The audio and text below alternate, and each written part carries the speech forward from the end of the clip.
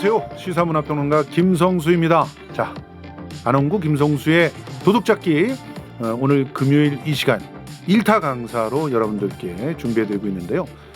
지금 1타 강사에서 주목하고 있는 사건은 바로 지금 재판정에서 박살이 나고 있는 검사들의 무덤이 되고 있는 대장동 이야기입니다.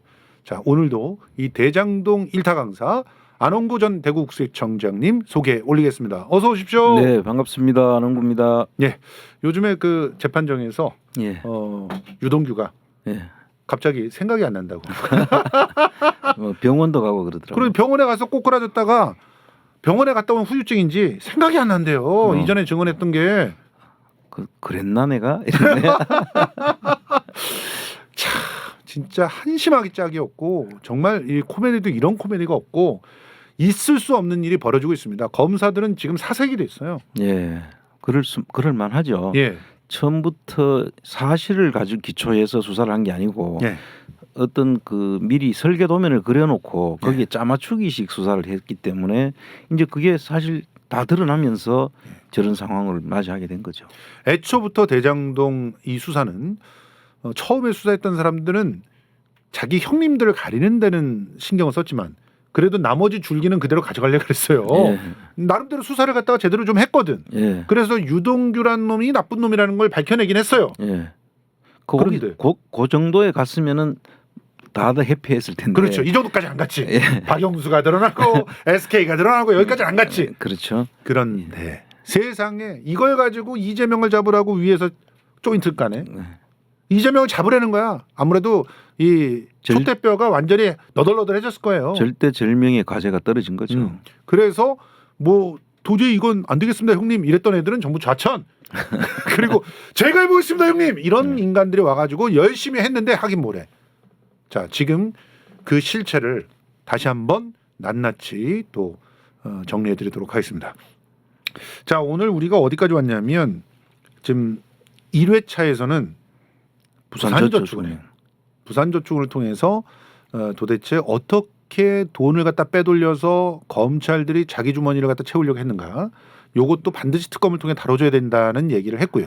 자, 두 번째 시간에는 화천대유가 만들어지기까지 어떤 일이 있었나, 그리고 그렇죠. 거기에 갑자기 1도 없어서 정말 3억의 뇌물을 바치기 위해서 그렇게 개미처럼 고생했던 애들이 그래서 그 3억 중에 일부였던 1,000만 원을 갖다가 눈앞에서 여종업원, 유흥업소의 여종업원에 주는 걸 보고 눈이 뒤집혔던 나무기. 도대체 갑자기 어떻게 돈잔치를 하게 됐나. 여기까지 우리가 얘기했잖아요. 그 돈잔치를 해주게 해줬던 돈줄이 SK 아니었습니까? 네. 그래서 이제 처음에 이 하천대유가 만들어질 때 지금 하천대유가 실제 주인이 누구냐? 그럼 돈은 누가 됐냐?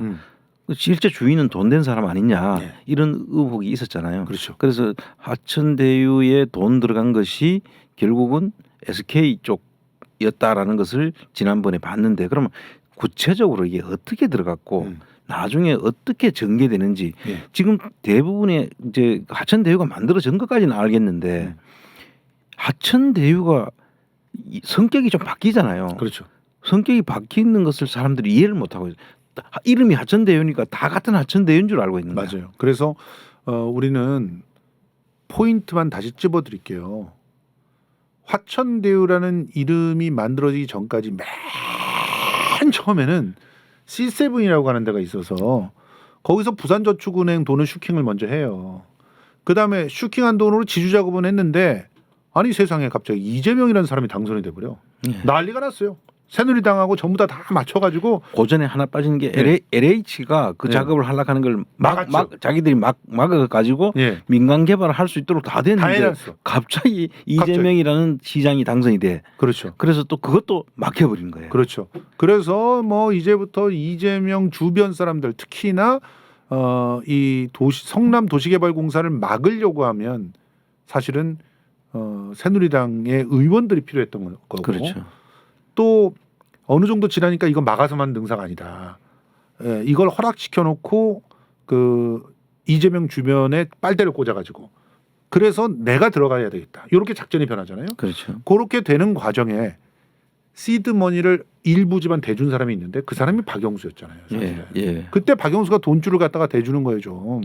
그래가지고 왜 박영수가 이렇게 이때 돈을 댔느냐 이거 가지고 우리가 또 뒤에 결과를 말씀드리겠다고 얘기를 했고 그 다음에 이제 이 화천대유가 결과적으로 그 컨소시엄을 만들어 가지고 성남의 뜰 안에 딱 들어가서 그렇죠. 이렇게 작업을 하게 될 그 시점에 그 시드머니는 누가 줬느냐? 그러니까 성남도시개발공사라는 간에서 나온 예. 회사가 있고 예. 그다음에 이제 민간이었던 회사가 있어야지 그 이익을 쉐어할 수 그렇죠. 있잖아요. 민간 컨소시엄이. 민간 컨소시엄인데 그 민간 컨소시엄이 내가 이거 하겠다 해서 되는 게 아니잖아요. 예. 내가 에쿼티라고 하는 시드머니가 예. 있어야 그 어느 이 사람들 정말 사업을 할 수 있는 그 능력이 있구나 해서 이제 들어오는데 그거를 갖춰주는 돈이 필요했던 거죠. 그렇죠. 그거를 이제 SK가 되는 거죠. 그렇죠. 이제 나중에 보면 그 결과적으로는 SK가 되는 셈인데 네. 그래서 그 부분하고 그럼 SK가 뒤에 돈을 대고 또 3,800억이라는 나중에 돈이 만약에 부족하면 우리가 그 보증을 쓸게 이렇게 하니까 그 큰 은행들 그 하나은행이라든지 뭐 국민은행인가요 지금 예, 그 밑에 들어가 있는 그런 그 다른 컨소시엄에 들어가 예. 있는 은행들이 다 들어옵니다. 그렇죠. 그래 들어올 수 있기 때문에 이게 성립이 됐던 거죠. 맞습니다. 그래 거기까지가 들어왔는데 그럼 화천대유는 어떻게 어떤 돈으로 돈이 들어오게 됐냐? 지난 시간에 잠깐 이야기했죠. 그 최태원 동생. 그 회장이 구속이 되고 예. 회사에서 난리가 났어요. 예. 이거 최벌 총수가 구속이 돼 버리니까 이 그룹에서는 어떻게든 구명을 해야 되는데 그 구명 작업을 한 것으로 보이는 키인앤파트너스라는 회사가 만들어지는 거죠. 그렇죠. 그 원래 구속된 원인이 된 회사가 베네딕트 인베스트먼트라고 하는 회사인데. 투자 회사인데 거기서 돈을 800억을 최태원 회장이 횡령을 했다. 예. 이래가지고 2013년 1월 31일자로 구속이 돼요. 그렇죠. 그 최태원 회장은 또 2003년도에 분식회계 때문에 한번 구속된 적이 있었어요. 그런데 그 뒤에 10년 만에 또 구속이 되니까 이제 SK에서 난리가 난 거죠. 예. 그때부터 이제 전방위적으로 구명 운동이 벌어지는데 그때 만들어진 게 키넨파트너스. 그런데 문제의 원인이 됐던 베네딕트 인베스트먼트의 그때 이사가 갑자기 키넨파트너스 대표가 되네. 그 박중수라는 사람이죠. 예. 그러니까 그냥 이런 상황들을 갖다 모르고 이걸 자꾸 떠들면 아무것도 모르는 게 되는 거고 그러면은 거기서 말도 안 되게 조중동의 기사 나부랭이 기사 같지도 않은 소설들 보면서 이재명이 돈을 먹었네 어떤데 이런 말도 안 되는 허위 사실을 퍼뜨리게 되는데 앞으로 조심하셔야 됩니다. 그런 얘기를 하시면 자 그럼 오늘 얘기를 어디서부터 할 거냐면 바로 요런 뒷배경을 가지고 한쪽으로는 SK는 자기네 사주를 구해내야 되는 비밀 프로젝트를 키넨파트너스라고 하는 걸로 진행을 시키고 또 이쪽에서는 박용수가 일부 시작을 했지만 결과적으로는 SK의 돈이 들어와서 컨소시엄에 성공한 화천대유가 청운의 꿈을 품고 이제 성남의 뜰과 함께 이제 본격적인 이 토지 그 분양 사업을 진행할 수 있게 되는 요 상황서부터 한번 얘기를 해보자는 거예요. 예, 지금 말씀하신 대로 토지만 개발해서 분양하는 토지를 분양하는 요 사업이 1단계잖아요. 그렇죠. 요 사업을 하는 과정에서 성남시가 개입하지. 네. 그 뒤에는 토지를 팔고 난 다음에는 성남시가 개입을 안 하는 거예요. 맞습니다. 성남시가 콘소시엄으로 만들어진 게 아니죠. 그렇죠. 성남의 뜰은 어디까지 한다? 토지를 분양할 때까지. 토지를 개발해서 분양하는 역할까지만 이 성남의 뜰이 한 일이거든요. 예. 그리고 거기서 돈을 먹었으면 먹었다, 뭐 뇌물을 줬다 이런 이야기가 나올 수 있는 거지. 그 뒤에 민간 사업자들이 아파트를 지어서 분양하는 거는 성남시하고는 무관한 일인 거예요. 그렇죠. 일반 분양 사업하고 똑같은 거야. 예, 맞습니다. 자, 타임라인 한번 보여주세요. 자, 지금 여러분들이 이 타임라인을 보시면 우리가 와 여기까지 벌써 왔구나 하는 걸 느낄 거예요. C7서부터 시작해서 2009년도죠. 네. 그래서 어디까지 왔느냐? 2015년까지 정리가 됐고 그 다음에 지금 2015년 이후 이 2015년 이후를 우리가 얘기를 하게 됩니다. 2015년도에 만들어지고 2016년도에 토지 수용을 하죠. 예. 그때는 이제 돈이 들어가는 게 있잖아요. 예. 하나은행하고 이런 데서 그때 1조 5천억이 만들어진 거예요. 예. 그 1조 5천억을 가지고 저기 보시면은 토지 확보를 하는데 들어간 돈은 6,184억으로 돼 있죠. 예. 2017년도에. 여기서 우리가 꼭 짚어야 될 게 있잖아요. 예. 대장동 일당은 솔직히 조때 환지 방식으로 해달라고 난리를 쳤습니다. 그렇죠. 유동규한테도 뭐 엄청나게 그 술 처먹이고 막 이러면서 우리 환지 방식으로 해줘. 아니면은 그냥 반반씩만 섞어라도 줘. 이렇게 그렇죠. 로비를 했는데 유동규가 내가 본부장만 되면 다 해줄게 이래놓고서 돈을 짝짝 빨아먹고 실제로는 어떻게 됐어요? 보상 비용이 6,184억밖에 안 돼. 저 얘기는 무슨 얘기입니까? 수용당했다는 이야기죠. 수용당한 거예요. 이제 한지 방식은 다른 땅으로 대체해 주는 거거든요. 네. 이 땅을 내가 내놓는 반면에 다른 땅을 하면은 그 주변이 개발되고 그 옆에 땅을 하면은 개발 그 바로 땅은 옆자리. 훨씬 좋아지잖아요. 그렇죠. 근데 그 방식을 자기들은 해줄게 했는데 그랬으면 어떻게 됩니까? 그 남욱이하고 확보했던 그 부산저축은행 땅들은 완전히 거기서 한 탕 더 해먹는 거예요. 한 탕 더 완전히 먹으려고 했는데 날개를 달 수가 있었던 건데. 이재명 시장이 노 해버린 거죠. 자, 그러니 유동규가 누구랑 의형제를 어떻게 맺었는지 모르겠지만 다 구라였어. 그리고 그 돈은 슈킹 당한 거야. 그러면 니들이 유동규를 갖다가 사기라고 고소를 해야 되는 거 아니야? 그런데도 어떻게 이제 유동규하고 한 표를 먹고 지금 이재명을 갖다가 얽어매려고 그러고 있냐고.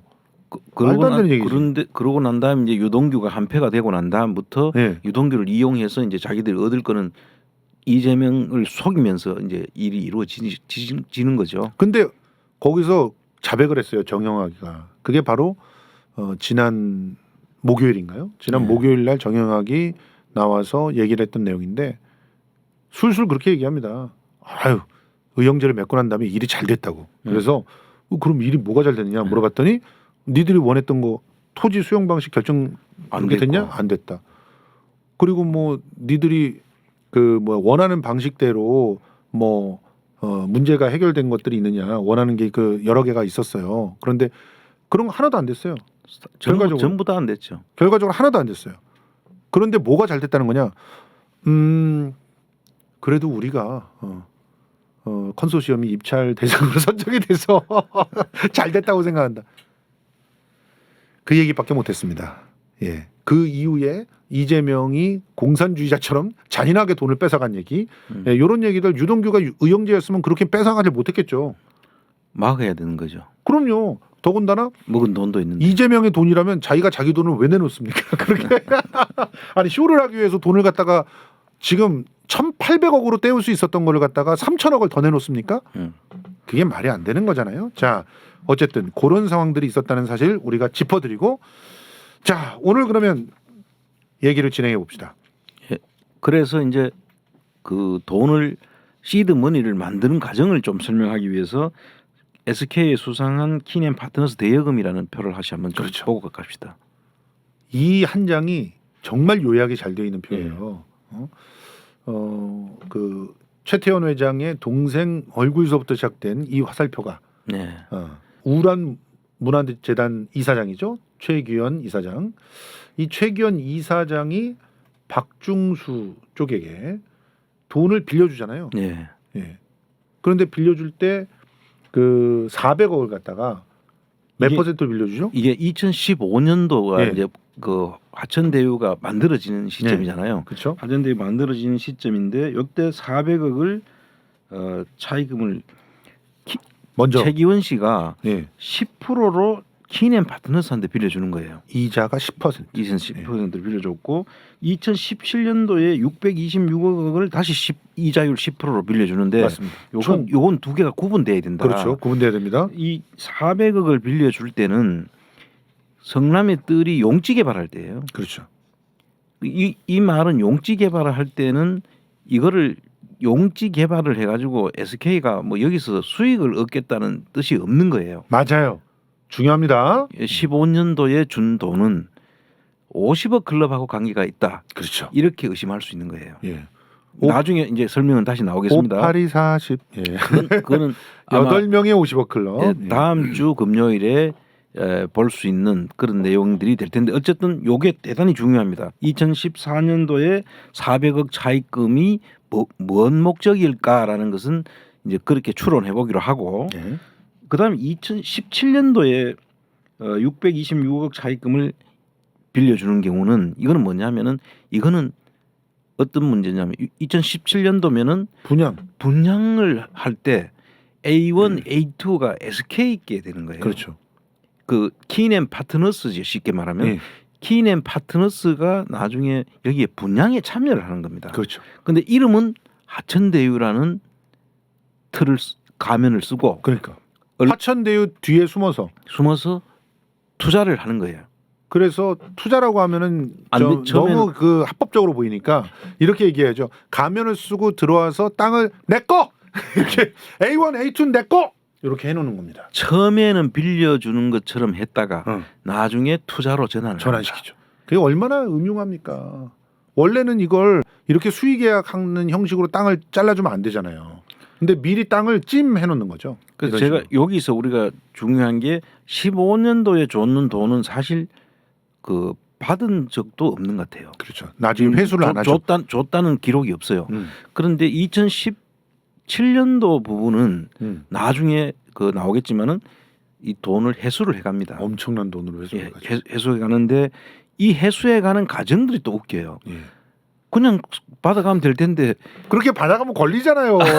아니 총장님 받아가면 세금 내고 그냥 가져가면 그 정상적인 거죠. 투자를 해가지고 이익이 남는 거는 자본주의 사회에서 사업을 하는 건데 이거를 이상한 방식으로 숨겨서 또 팔아버려요. 세금이 어마어마하고 그리고 또 누가 봐도 저기는 투자를 했던 그 금액 자체가 원래 투자의 용도하고 다른 실질적으로는 땅을 수의 계약하는 선금이나 이런 것처럼 나중에 들어올 수가 있으니까 그래서 뭐 이상한 또 과정을 한번 세탁을 통해서 해야 그래야 합법이라고 할 거 아닙니까? 네.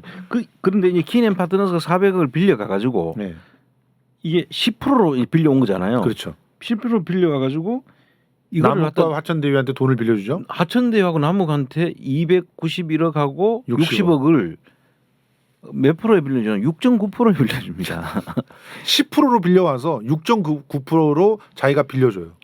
그러면 이것만 해도 예대 차익이 아닌 예대 손해가 얼마나 막심합니까? 그냥 앉아서 손해 보는 거죠. 이 자체로 배임이에요. 그렇죠. 회사 입장에서는 박중수는 배임이네. 그렇잖아요. 그걸 알아서 그런지 중간에 대표가 바뀝니다. 대표가 바뀌어요 중간에. 자 따라가 봅시다. 일단 이렇게 줘서 화천대유는 돈이 한 푼도 없었는데 그 돈을 가지고 이제 대토 작업 이걸 갖다 할 수 있게 된 거죠. 예, 그 밑에 보시면 빨간 줄로 쳤는 데가 2015년도에 291억을 대여를 하고 하천대유하고 밑에 약정액이 3,800억이라고 했잖아요. 그렇죠. 만약에 돈이 필요하면은 3,800억까지는 내가 빌려줄 수 있어. 네. 이런 아주 정말 엄청난 파격적인 특혜를 하천대유한테 아버지도 안 해줍니다. 저건 진짜. 아버지라면 해주겠어요 저건? 저기에 있었기 때문에 하나은행이 들어올 수가 있었던 거예요. 그렇죠. 저게 대단히 중요한 조항이죠. 그리고 이 남욱이한테는 2015년도에 60억을 대여를 해줬잖아요. 네. 이 60억을 나중에 남욱이가 어디다 였느냐 하면은 이 60억하고 그 나중에 A1, A2를 SK가 그 키넨 파트너스 사업으로 되지 않습니까? 그렇죠. 거기에 남욱이가 참여를 합니다. 요걸 내가 왜 말씀드리냐면 A1, A2는 나중에 그 아파트를 분양하는 그 시점에는 요게 키넨 파트너스 사업이 되는 거예요. 그렇죠. 이름은 하천대유인데 그 속에 A1, A2는 키넨 파트너스의 사업이 되는 거예요.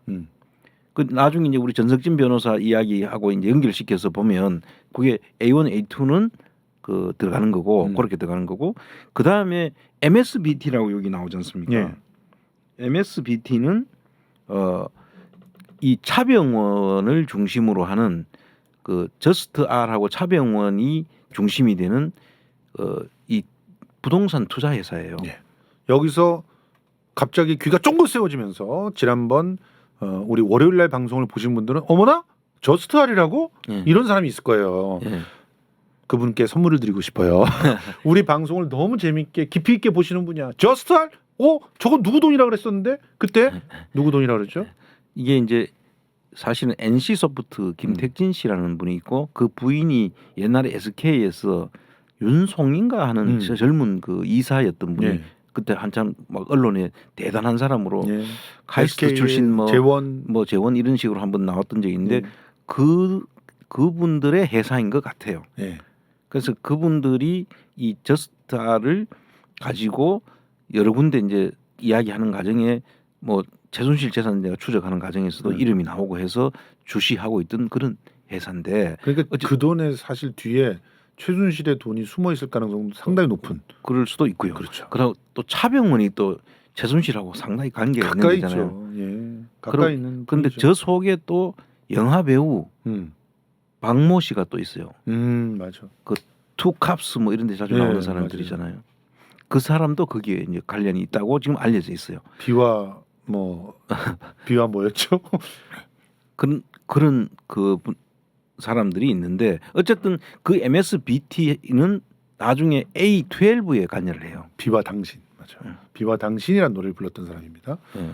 A12에 관여하고 A11은 누가 하느냐 하면은 김만배가 직접 하는 사업으로 알려져 있습니다. 예. 자, 그렇게 해서 이 전체적으로 보면은 여기서 우리가 성남의 시를 우리 100번 양보해서 뭐 끼운다 치더라도 용지 개발하는 데서 이재명은 끝이에요. 그 용지 개발 이후에는 여기는 민간 사업자들끼리 자기들끼리 뭐 배임이면 배임이지 거기에 성남의 뜰이 개입할 여지가 없는 거예요. 그렇죠. 자, 그게 이제 오늘 말씀드리는 요지고, 자 그러면 이제 키넨 파트너스가 이제 이 사업을 했지 않습니까? 예. 사업을 2018년도에 돈을 받아올 때가 됐잖아요. 자 여기서부터 또 새로운 국면이 만들어지는 거죠. 그 화천대유 같은 경우는 애초에는 땅을 분양하는 그 일종의 운용사라고 해야 되나요? 예.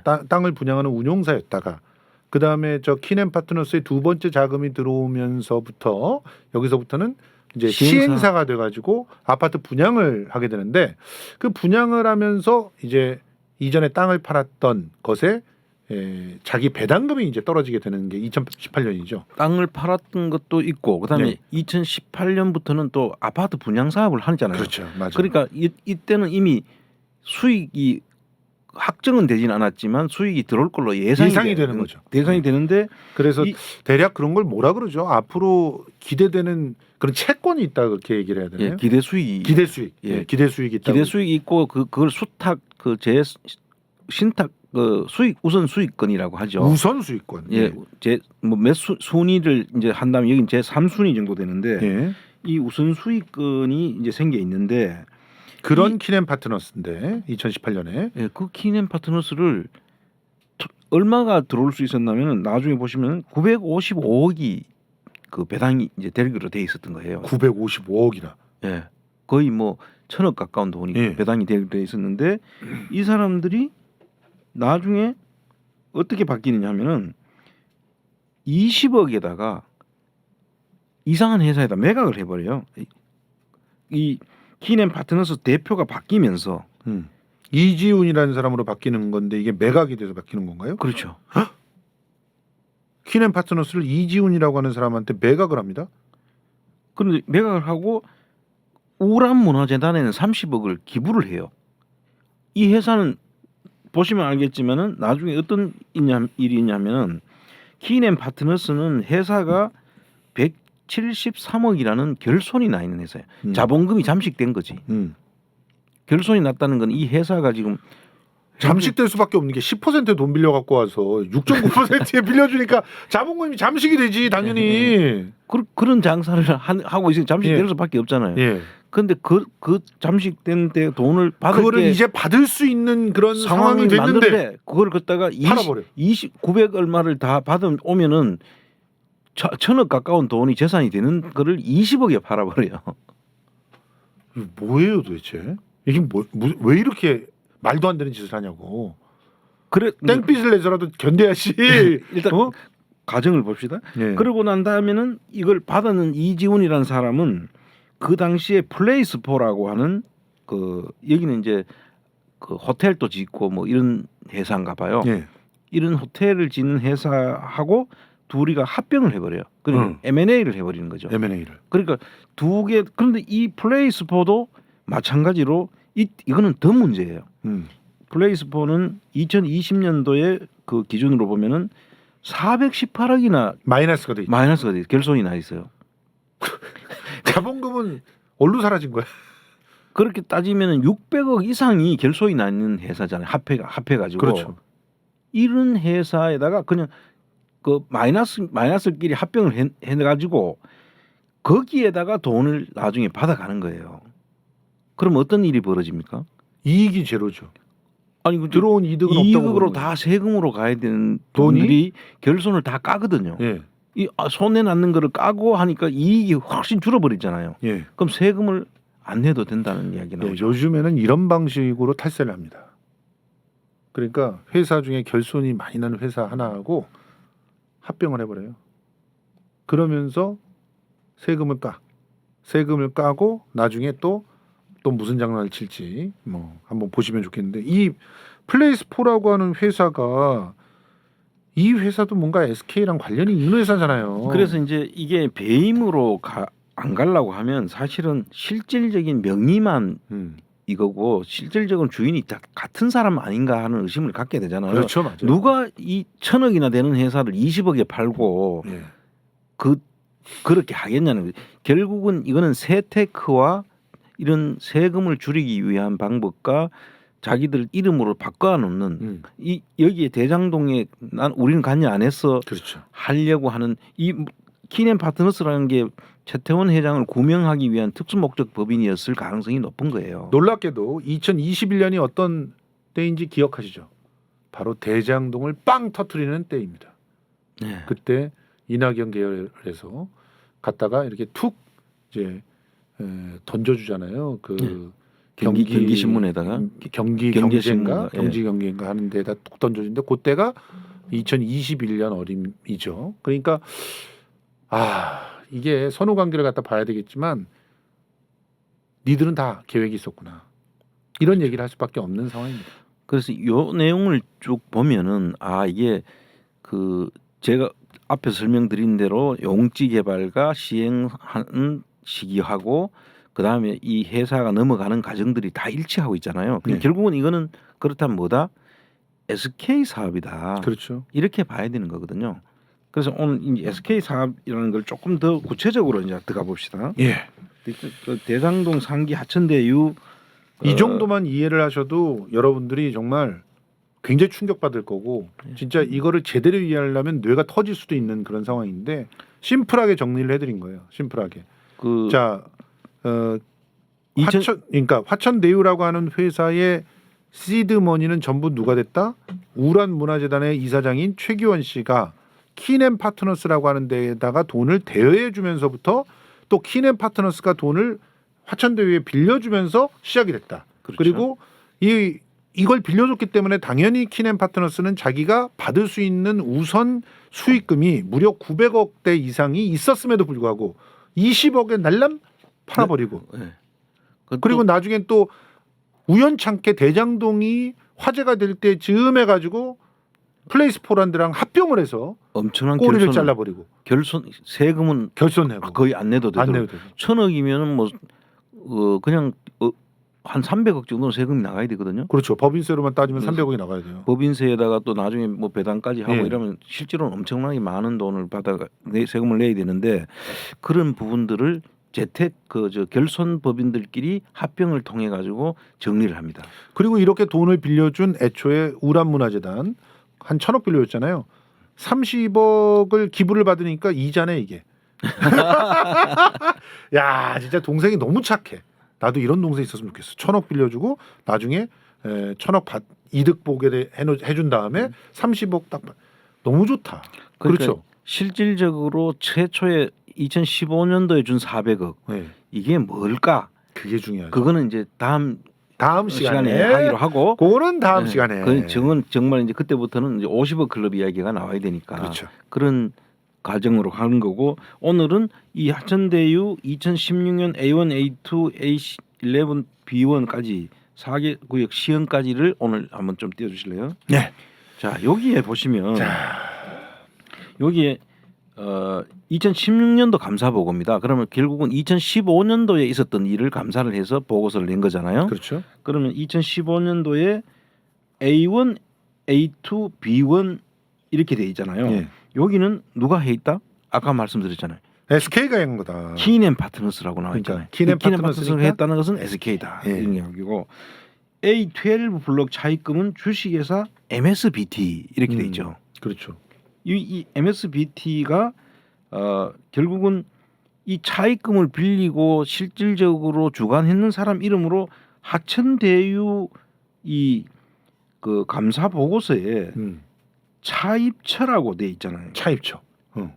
그 차입처가 됐다가 나중에 투자로 바뀌면서 지분을 가져가는 거거든요. 그렇죠. 자, 그래서 이 부분에 대해서는 우리가 이게 말은 하천대유지만 이게 구분이 돼 있었다 이렇게 봐야 되는 그렇죠. 거예요. 화천대유란 가면을 쓰고 뒤에 방이 한 3개 정도는 있는 거예요. 그렇죠. 실제로 4개쯤 있는 거죠. 4개쯤 있고 거기에는 김만배 직접 한 김만배와 거. 남욱과 정영학 예. 이게 자기들이 빨대가 따로 꽂혀 있었던 그렇죠. 거예요. 따로 꽂혀 있어요. 김만배 방, 그다음에 여기 키넨 파트너스 방. 그거는 이제 남욱하고 연결돼 있고 그렇죠. 김만배는 별도로 돼 있고 예. 그다음에 정영학이가 MSBT에 꽂혀 있는 MSBT는 정영학 방. 거예요. 예. 근데 왜 그러냐? 예. 이게 이제 그 나오는 것이 예. 남욱이가 그 키넨 파트너스한테 60억을 빌리잖아요. 그렇죠. 그게 남욱의 천화동인 4호를 담보로 해서 빌려오거든요. 맞아요. 그래도 그것도 키넨 파트너스하고 연결이 되는 거예요. 근데 정영학은 그러면 왜 MSBT하고 연결됐냐? 정영학은 대장동을 하기 전부터 MSBT 팀들하고 이런 사업을 쭉 해오던 친구예요. 아이고. 그러니까 가가리가 다른 거예요, 이게. 그렇죠. 가가리라는 말이 맞나? 예, 그거는 이제 방언인데 대구 예, 방언이에요. 갈래가 다른 거예요, 예. 그죠? 그렇습니다. 그래서 이 키넨 파트너스와 주식회사 MSBT가 다르고, 근데 나중에 보면 이 B1 블록은 이게 연립주택 내지는 그 단독주택, 저층 저층 주택을 하기로 한다면 이건 수익이 별로 안 나는 거예요. 그렇죠. 그래서 이 수익에 대한 고민들을 엄청나게 합니다. 우리 그 정영학 녹취록을 보면. 그렇죠. 근데 이거를 해야 될까 뭐 어떻게 해야 될까 고민을 하다가 결국은 근데 이게 늦게 막 부동산이 올라가는 시기에 그걸 안 하고 있다가 오히려 수익이 안 날 거로 봐가지고 있다가 나중에 여기서 수익이 더 나버려요. 맞아요. 근데 그거는 운인 거예요. 이게 뭐 운이죠. 어떻게 할 방법이 없이 근데 그거를 여기서 키넨 파트너스는 B1을 가지고 있었으면은 더 거기서 돈을 남겼을 텐데 여기서 보통 남겼던 그 한 블록에서 한 500억 정도씩을 남겼지 않느냐라고 보는 시각이 있어요. 한 블록에서 500억 정도. 예. 근데 실제로는 그 뒤엔 더 남긴 건데 어쨌든 그렇게 돼 있고 그 뒤에 요 이야기를 왜 하냐면 뒤에 나중에 이 검찰에서 배임 문제로 기소를 하는 문제 때문에 이 부분을 미리 짚어드리는 거예요. 예. 자, 거기에 이제 하천대유의 그 실체를 말씀드리는 하천대유라는 게 그냥 이름이 하천대유 하니까 이게 뭐라 해야 됩니까? 사람은 같은데 안에 내장이 다 바뀐다. 그렇게 이해를 하는 게 맞을 것 같죠? 그렇죠. 한 우산 속에 사람이 바뀌는 거나 마찬가지. 겉으로 볼 때는 우산만 보이는데 예. 그 밑에는 회사의- 내용물이 예. 바뀌어 있는 거예요. 회사의 성격이 완전히 달라져요. 그 땅을 갖다가 분양하는 회사와 아파트 시행사는 완전히 다른 회사라고 보시면 됩니다. 예. 그리고 그다음 장을 2017년도에 이제 구역 시행을 보면은 요때 이제 조금씩 또 바뀌는 거예요. 여기도 키넨 파트너스가 나오고 성남 대장 1차, 2차, 3차 이렇게 나오지 않습니까? 예. 근데 이제 돈을 한 군데서 다 못 여니까 음. 자기들이 넣는 거는 이걸 이제 투자되는 부분이 있고 일부는 또 빌려 와야 되는 거예요. 예. 그리고 이 빌려 오는 것들을 다 또 갚아야 될 돈이잖아요. 빌려 오는 것들은. 그렇죠. 그 빌려 그 이자하고 그 비용이 들어가는데 나중에 그것까지도 다 대장동에서 검찰이 들어가는 비용은 다 빼고 그냥 남은 수익만 가지고 얘네들이 이만큼 남았다라고 주장하면서 그걸 배임으로 이재명한테 배임으로 씌우고 있는 부분들을 오늘 이야기를 좀 하려고 합니다. 그는 네. 그래서 이 보시면은 키넨 파트너스 MSBT 해서 A1부터 A2, A11, A12까지 B1까지 여기서 이제 가가리가 나오는데 다음 장을 좀 한번 보실게요. 예. 18년도에 가면은 이 18년도의 감사 보고서를 보시면은 A1 블록 차입금은 KB 하나은행에서 얼마가 들어오고 IBK 중소기업에서 얼마가 들어가는 게 다 들어오지 않습니까? 그렇죠. 그러니까 이게 들어오는 돈이 하나는 에쿼티라고 해서 투자로 들어오고 그렇죠. 하나는 빌려 들어오는 거예요. 그 빌려 들어오는 거는 그냥 그 이자하고 갚으면 되는 거예요. 그렇죠. 그런데 자기 투자하는 거는 손실 보면은 손실을 다 부담해야 되고 그럼요. 그 이익을 보면은 이익을 더 많이 가져가는 그런 개념이기 때문에 투자하고 달라지지 않습니까? 네. 이제 요 그렇게 이제 이 변화를 그 하천대유 18년까지 변화가 있었고 그런데 해외 자금까지 들어와. 근데 여기서 여기서 이거 해외 굉장히 자금- 재밌습니다. 이 부분을 이제 한번 좀 여러분들한테 보여드리려고 하는데 이거 충격이야. 2018년도의 감사 보고를 보면은 한국에 있는 은행에서 쭉 들어오는 은행들은 옆에 보시면 전부 4점 몇 프로의 이자율을 적용받고 있죠. 맞아요. 중요한 겁니다. 이거 4점 몇 %. 이 정도면 리즈너블하죠. 보통 이렇게 봤죠. 4점 몇 이거는 정도. 정상적인 대출이라고 네. 봐야 되는데 NH 농협인데 이것도 우리나라 은행인데 그렇죠. 18.0%예요. 이거는 있잖아요.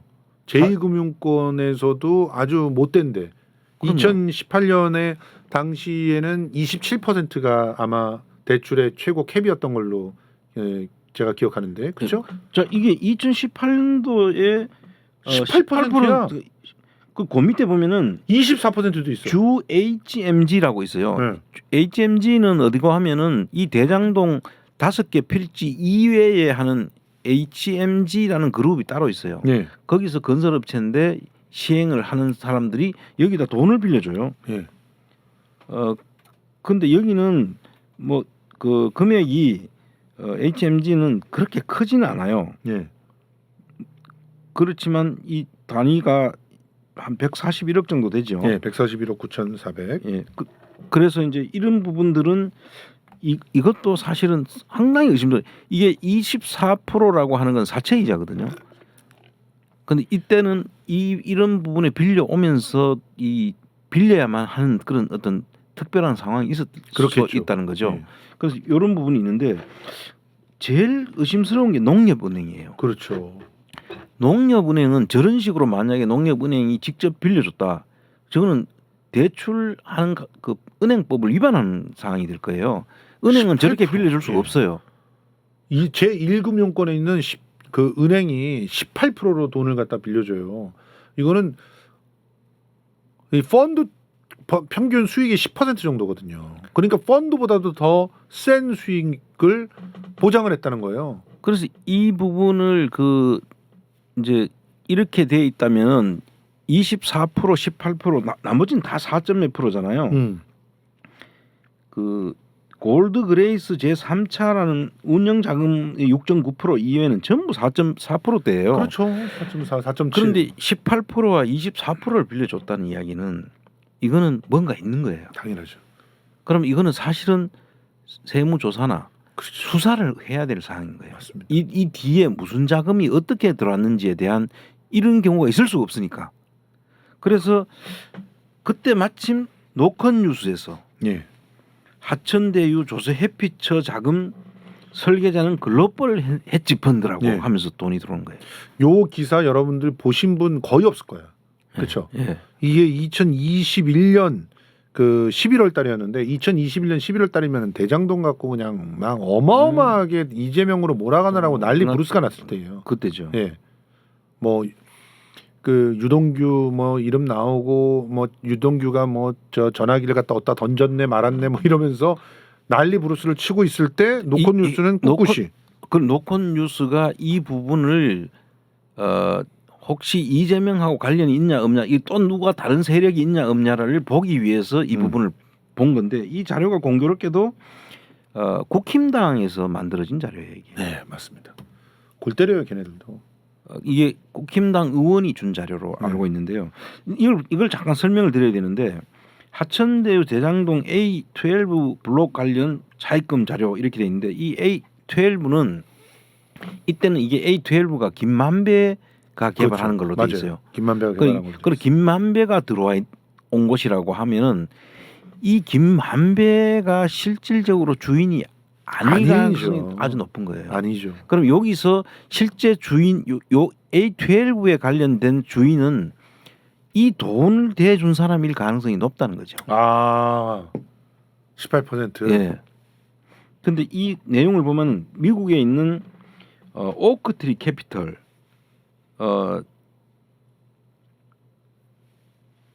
그 전 뭐죠? 이게 펜자데카 글로벌 헤지 펀드 운영사라고 돼 있죠. 펜지 아데카. 예. 이게 미국에 있는 그 펀드라고 하더라고요. 펜지 아데카. 예. 미국에 있는 펀드. 그리고 그 밑에 이제 오니온 그랜드 에비뉴 파트너스라고 하는 이 또 사모펀드를 중간에 두고 거기서 한국에 있는 리딩 REDI라고 하는 그 전문 투자 사모 그 투자센터 신탁 이런 데로 돈을 넣어 가지고 여기서 180억 원을 하천대유에 넣는 걸로 돼 있어요. 자, 그런데 이 모양은 이런 형태를 갖췄지만 사실상은 오크트리 캐피탈이 원천적인 주인인 거예요. 그렇겠죠. 누가 봐도 돈 다 그쪽에서 나온 건데. 여기에서 검은 머리 외국인설이 이제 나오는 거예요. 이름은 뭐 외국 이름으로 이렇게 해놔 놓으니까 오크트리 뭐 하니까 이게 한국하고 관계 없는 것처럼 보이지만 이 오크트리 이거를 주목하는 이유가 있습니다. 내가 이 뒤에 이런 데서 돈이 들어와 가지고 돈이 몇 푼 안 되는데 그것도 농협은행을 들어와 가지고 어떤 회사를 사는데 아주 몇 푼 안 넣고 돈을 몇 천억을 그냥 벌어가는 그런 신박한 수법이 자행이 되는데 거기하고 일치하지 않을까 제가 보고 있는 거예요. 어허. 야, 오크트리. 그럼 이미 우리나라 돈을 갖다가 밖으로 이미 검은머리 외국인들이 빨아먹던 형성해놓고 그런, 이걸 투자에다가 들어오는데 이 돈은 이만큼 이자율을 거의 투자 수익에 가까운 돈을 가져갈 수 있도록 해준 데 아니겠습니까? 예. 약 200억이나 되는 돈을 18%로 빌려가지고 이렇게 하면 누가 투자를 안 빌려주겠어요? 예. 이거는 안전하게 받아갈 수 있는 돈이잖아요. 맞아요. 그럼 이걸 먹여줄 필요가 있는데라고 봐야 되는 거죠. 그렇죠. 아니 그냥 위에도 다 멀쩡하게 다 4.25%로 빌려오는데 굳이 왜 여기서 18%나 주고 빌리느냐는 거예요. 이게 능력이 안 된 게 아니라는 거지. 그렇죠. 국내 은행을 다 빌릴 수 있도록 요건이 다 돼 있는데도 굳이 이런 돈을 준다는 것은 일부러 돈을 주기 위해서 이렇게 했다고밖에 볼 수 없다는 거예요. 그렇죠. 맞습니다. 이거는 반드시 이제 이게 뇌물인지 아니면 특정한 사람에게 이제 이렇게 수익을 몰아준 조물로서 이제 일종의 뭐라고 해야 돼 횡령을 한 건지 뭐 이런 식들을 갖다 살펴봐야 되는 거죠. 그러니까 이게 배임이죠. 배임. 어떤 특정인한테 이 경제적 이익을 주기 위해서 이런 구조를 짰는 것 아닌가라고 의심되는 부분인데 그게 이제 농협은행 주식회사라고 그 표의 마지막에 보면 예. 리딩 REDI 전문 투자형 사모펀드 사모투자 신탁 2호의 신탁 사업자로서의 이렇게 돼 있지 않습니까? 농협은행. 예. 요 사람이 그런데 이 농협은행이 요 건만 아니라 제가 보고 있는 다른 건하고 농협은행에서 이런 일을 내가 보고 있는 이 관련성이 있는 그 회사가 이런 일로 들어왔다는 거예요. 그래서 이걸 오늘 여러분들은 재차 강조하는 이유가 앞으로 우리가 지금 전혀 이야기하고 있지 않은 그 부분을 이걸 통해서 봐야 된다는 거예요. 오케이. 예. 예. 자, 앞으로가 더 흥미진진할 거라는 꼼꼼한 예고편까지 이렇게 해주셨는데 시간이 얼마 안 남았어요. 아 그래요? 자, 우리 빨리빨리 진도를 나가야 됩니다. 지금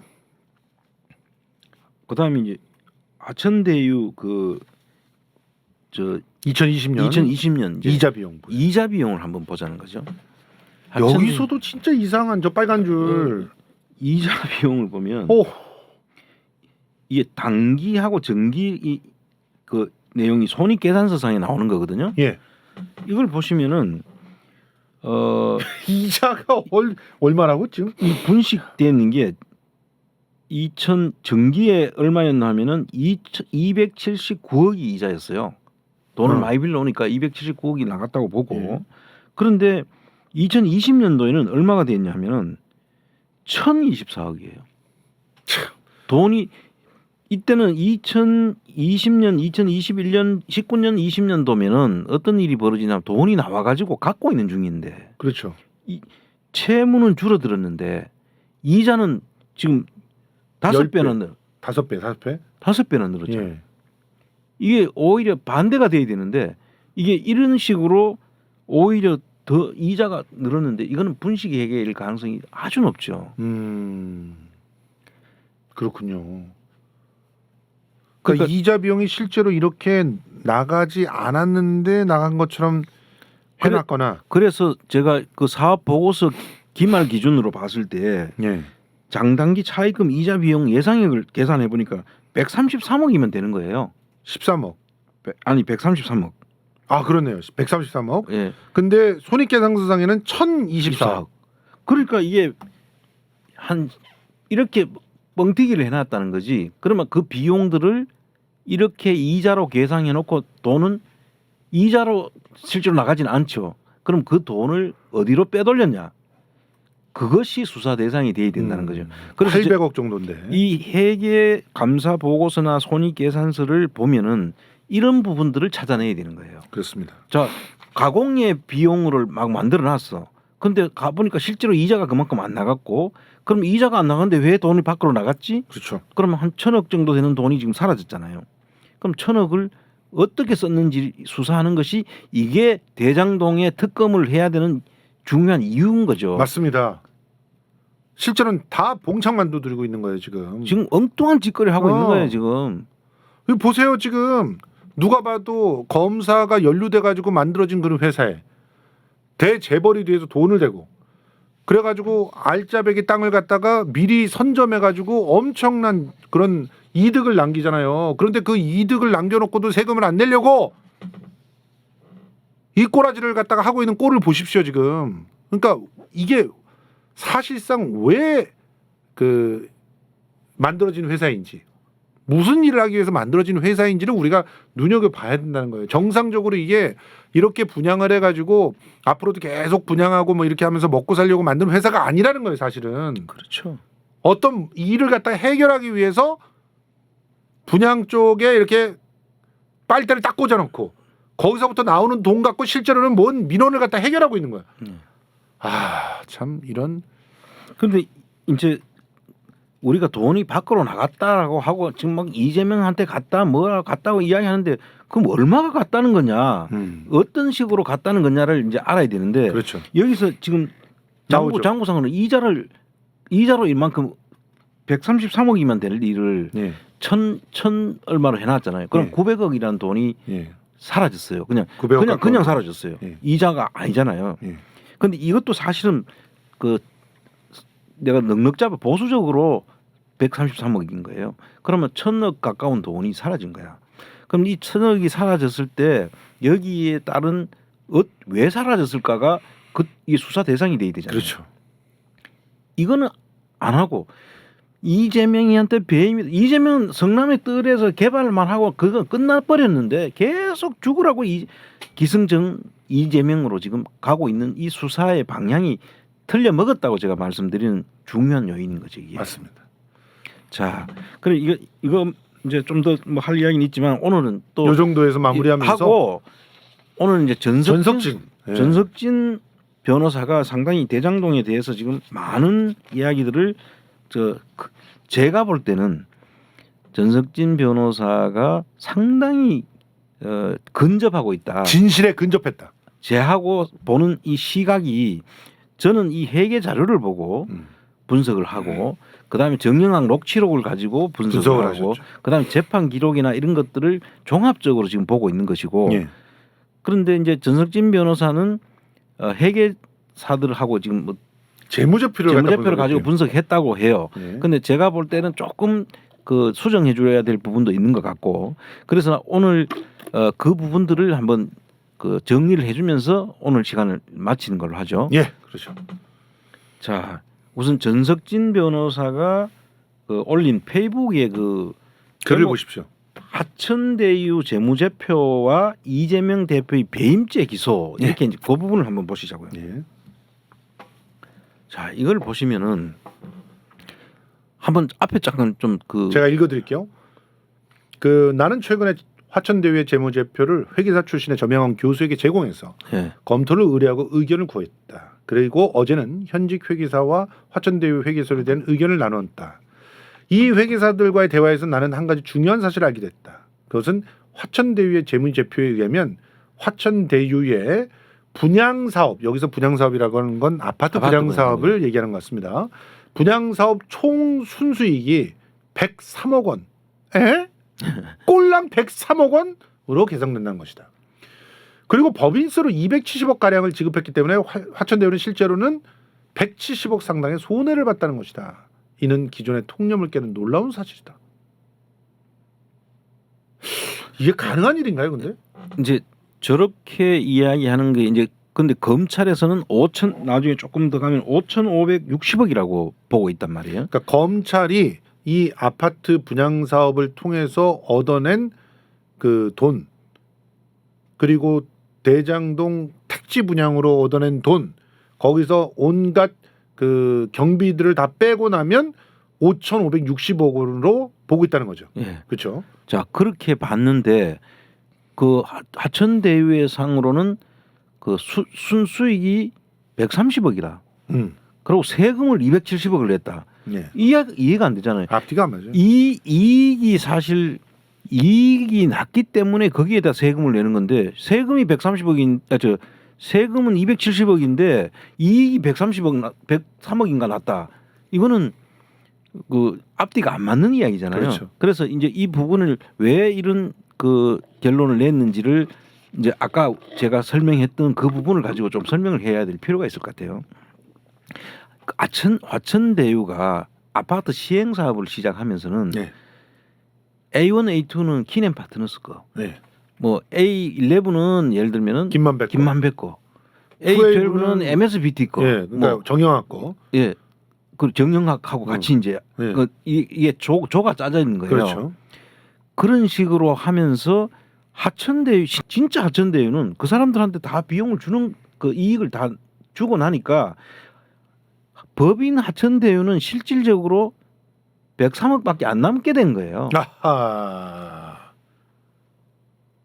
그 사람들은 다 이익을 남겨갔는데 이게 제가 볼 때는 이게 문제인 게 완전히 화천대유는 그냥 가면일 뿐이다. 화천대유는 그냥 그야말로 바지일 뿐이다. 그렇죠. 이 바지라는 표현이 좀 어떨지 모르겠지만 하여튼 앞에서 화천대유라고 하는 그림을 그려놓고 뒤에는 따로 방을 차고 있는 4개의 다른 회사가 있었던 것처럼. 예, 그렇게 작업을 했는데 예. 그랬다 치더라도 세금 다 내고 이 사람들이 받아가는 거는 배당으로 받아가야 되거든요. 그렇죠. 근데 그렇게 안 한 거야. 아니 배당으로 이제 받아가야 될 부분들을 그럼 이 처음에 들어온 수익들은 전부 다 뭐가 됩니까? 결국은 하천대유라는 이름으로 시작이 됐기 때문에 주식회사 하천대유라면 네. 하천대유에다가 세금을 가세를 해야 되는 거예요. 그렇죠. 그러면 세금을 다 떼고 그 사람들은 자기들 몫이 지분이 만약에 거기 있다고 하면 아니면 빌려줬다든지 이 회계 처리 문제에서 나는 문제가 있다고 보는 거예요. 그러니까 이거를 전부 다 비용 이렇게 처리할 수는 없다는 거잖아요. 그렇죠. 이게 굉장히 중요한 얘기입니다. 근데 여러분들이 이제 복잡하게 개념들을 생각해가지고 머릿속에 확 안 들어올 수 있지만 회계에서의 목이라고 하는 건 굉장히 중요해요. 어떤 항목으로 썼느냐. 아니 그 이제 자본금으로 들어왔으면은 자본금이고. 자본금은 거기에 무슨 뭐 돈이 나갈 일이 없잖아요. 그렇죠. 나중에 배당할 때만 자본에 해당되는 돈이 남았을 때 예. 그럼 손해 보면 자본금이 잠식되는 거고. 그렇죠. 이익이 생기면은 자본금으로 넣을 거냐 배당을 할 거냐 그렇죠. 그 결정하면 되는 거란 말이죠. 네. 그런데 이 실질적으로 여기에 그 가갈이라고 자꾸 갈래가 있잖아요. 예, 갈래가. MSBT가 있고 키넨 파트너스가 있고 김만배가 있고 예. 이렇게 있지 않습니까? 예. 그런데 그 사람들의 그 위치가 뭐냐는 거야. 그 사람들의 위치가 뭐든 간에 일단 주주로서 하천대유라는 이름으로 이 사업을 했다면은 하천대유에 대한 전체 세금을 일단 가세를 해야 되고 그렇죠. 그 남은 것들을 그 사람들한테 뭐 배당으로 가든가 아니면은 이자로 뭐 그 이자로 해서 빌려준 걸로 하면 원금과 이자를 주든가 예. 이런 방식을 취해야 되는 건데 하천대유의 이익은 꼴랑 270 그 세금 270억을 냈고 103억. 103억은 그 세금으로 아니야 그 전체 이익은 103억이라는 건 이 모순되는 이야기를 하고 있잖아요. 지금. 예, 모순되는 이야기죠. 그래서 실제로는요 이 그 하천대유는 이런 분양 사업으로 해서 얻은 이익도 있고 그 다음에 또 하천대유가 얻는 이익은 하천대유가 대장동을 그 용지 개발할 때 그 관리 회사였잖아요. 예. 그러니까 수수료를 받아요. 예. 그 성남의 뜰로부터. 그렇죠. 그래서 그 법인 수수료를 받는 돈도 있고, 그다음 하천대유가 5%의 보통주를 가지고 있었잖아요. 그렇죠. 5%가 아니고 그 5천만 원에 5천만 해당되는 원에서, 예. 그 몇 프로든가요? 한 1 몇 프로 되는데 그 프로테이지는 정확히 봐야 되는데 5천만 원에 해당되는 지분이 있었잖아요. 예. 보통주로서. 그래서 실질적으로 577억인가 받아가죠. 네. 거기에 대한 세금을 낸 거란 말이죠. 그럴 것 같아요. 법인세가 270억이라고 하면은 이게 법인세 보통 한 20, 곱하기 4 7%, 하면은 7% 정도, 27% 정도 되잖아요. 네. 법인세가 25% 25%에서 그 당시에는 예, 그 당시에는 25%. 그러면은 4분의 1을 떼간다는 건데. 곱하기 4 하면 되는 거죠. 예. 270 곱하기 4를 하면은 4, 2, 8 한 1,000억, 가까운 돈이 1,000억 정도를 벌었다는 거예요. 하천대유는 그게 정상인 거죠. 예.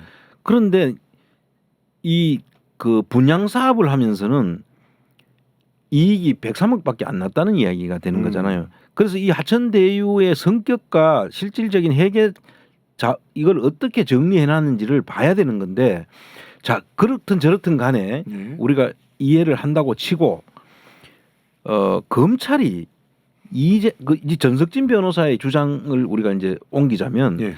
검찰이 처음에는 왜 정영학한테 그 정영학 녹취록에 의해 가지고 계산해 가지고 428억이 뭐 그 428억인가 651억인가 모르겠는데 651억이라고 주장했어요. 651억이 배임이다라고 그렇게 주장했잖아요. 예, 맞습니다. 이재명한테 배임이다. 1차 그렇게 주장했었죠. 그렇게 주장했는데 그거를 지금 없던 일로 하고 예. 다시 한 5천억인가요? 9,600억이 9,600억이 배임이라고 지금 이야기하고 있죠. 그렇죠. 그 상황에서 뭐 9,600억이 그 수익이 났고 수입이 났으니까 실제로 5천 몇백억 하고 예. 4천 몇백 한 9천억 가까이가 배임이다. 이렇게 9,600억 정도 되겠네요. 예. 앞뒤 다 따지면은. 예. 그 이게 검찰이 회계의 기본 상식도 모르고 지금 이야기를 하고 있다는 거예요. 분양이익을 5,560억이라고 얘기를 했는데 그 이유가 근거가 없어요. 그러니까 분양이익 아까 어디서 보셨잖아요. 나온 숫자야 이거? 분양이익이 아까 이야기대로 하면은 103억이잖아요. 103. 그러니까 화천대유만으로 보면 103억. 그러니까요. 하천대유 103억을 이재명이 다 배임을 했다라고 하는데 이게 무슨 소리야 이게? 무슨 배임 누구의 배임인지 모르는 거예요. 이거는 있을 수 있어요. 예를 들어서 하천대유에서 지금 아까 키넨 파트너스나 MSBT나 김만배나 이런 사람들한테 이익을 많이 줬어. 그래서 자기들이 가져야 될 이익을 줄여가지고 그 사람들한테 이익이 가도록 했어. 이거는 배임이 될 수 있죠. 그렇죠. 그러면 이재명이 저 화천대유 사장인가요? 아니 그래야 배임죄가 되지. 배임죄가 되는 건데. 자식들아, 어휴, 정말 이 간단한 걸. 그러니까 이 지금 검찰이 상식을 그래서 이 검찰이 배임으로 기소를 이렇게 한다는 것은 이 변호사들 입장에서는 캐제를 불러야 되는 거예요. 말도 안 되는 거니까. 아니 배임이 됐다면 성남시에 불이익을 줬기 때문에 배임이 돼야 되는 거 아니에요? 그리고 성남시가 여기에 왜 나오냐고요. 그러니까 아까 이야기했듯이 성남시는 용지 개발하는 데서 끝났다니까. 끝났어요.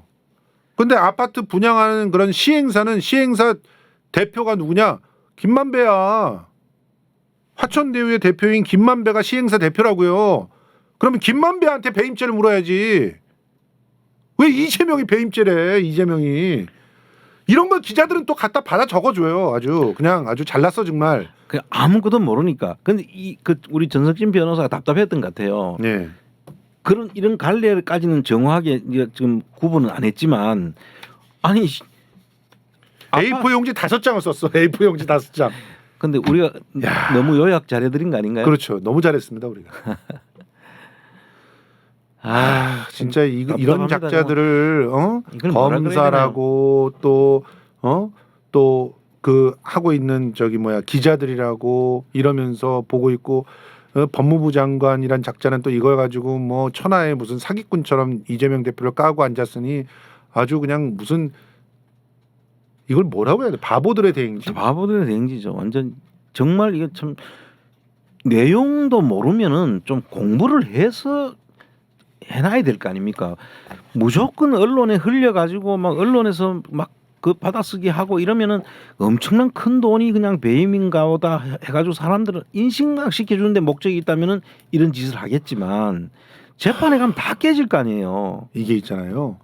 수사 기법이라고 지랄들을 하는 모양인데 이게 수사 기법이냐? 야, 이건 말도 앞뒤도 안 맞고 그냥 서류상에 없는 숫자를 갖다 무조건 내질러 가지고 그걸 가지고 애들 조져 가지고 그 중에서 약한 범죄자를 갖다가 털어서 네가 증언해 이래 가지고 가는 게 이게 수사 기법이야?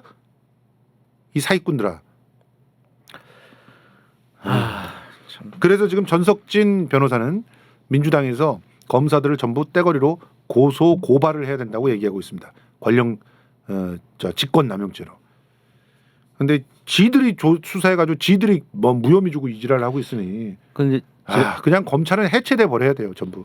저는 전석진 변호사하고 뭐 한 번도 교류도 없고 예. 서로 그 본 적도 없지만 지금 전석진 변호사의 글을 올리는 걸 보니까 제하고 생각이 상당히 맞닿아 있어요. 그리고 근데 강론이 조금 강론이 조금 그래서 그런데 뭐 어쨌든 예. 아무리 변호사시니까 회계 부분은 조금 그 전체를 보는 게 조금 약하실 수도 있죠. 그래서 그러나 어쨌든 큰 그림 속에서는 같이 맥을 같이 하고 있어요. 그렇습니다. 다음 주에도 이 50억 클럽 이제 왜 50억 클럽이 이름이 등장을 하느냐. 예. 그리고 실제 그 50억 클럽에 관련된 인물들이 누구냐. 그리고 또 그 50억 클럽이 가져간 돈이 어디서부터 나왔느냐. 그게 누구 돈이고 예. 그래 줄 만한 이유가 있어서 주는 거지. 그냥 가는 사람 불러가지고 야 50억 가져가 이러진 않잖아요. 뭐 권순일이 뭐 이재명을 갖다가 대법원에서 무죄를 줬기 때문에 돈을 받았다. 권순일이 어떤 사람인지 알긴 해. 권순일 어디서 등장했죠? 월요일 날 또 보신 분들은 알아. 그러니까 이 방송 보신 분들은 월요일 날 걸 반드시 보세요. 권순일이 누굴 위해서 일했는지. 우병우를 위해서 일한 사람이야. 우병우를 위해서 일했다면 누굴 위해서 충성을 다했겠어요? 최순실을 위해서 충성을 다했겠지. 그러면 지금 현재 권순일이 50억 클럽에 들어가 있다는 건 박영수랑 최순실이랑 다 아삼육이라는 얘기 아니야. 이 인간들아. 아이고 정말. 오늘 정말 중요한 거를 많이 짚어드렸는데 예. 다음 시간은 더 중요한 이야기를 또 예. 짚어드리도록 하고 오늘은 여기서 여기서 마무리하겠습니다. 이런 얘기를 정말 공짜로 듣는다는 것은 행운이다. 예, 여러분들이 내가 듣고 나 이거 공짜로 들으면 안 되겠다. 부끄럽다라고 생각하시면 지금이라도 슈퍼챗을 보내주시기를 부탁드립니다. 자, 우리 안홍구 김성수의 도둑잡기는 다음 주에도 계속됩니다. 물러갑니다.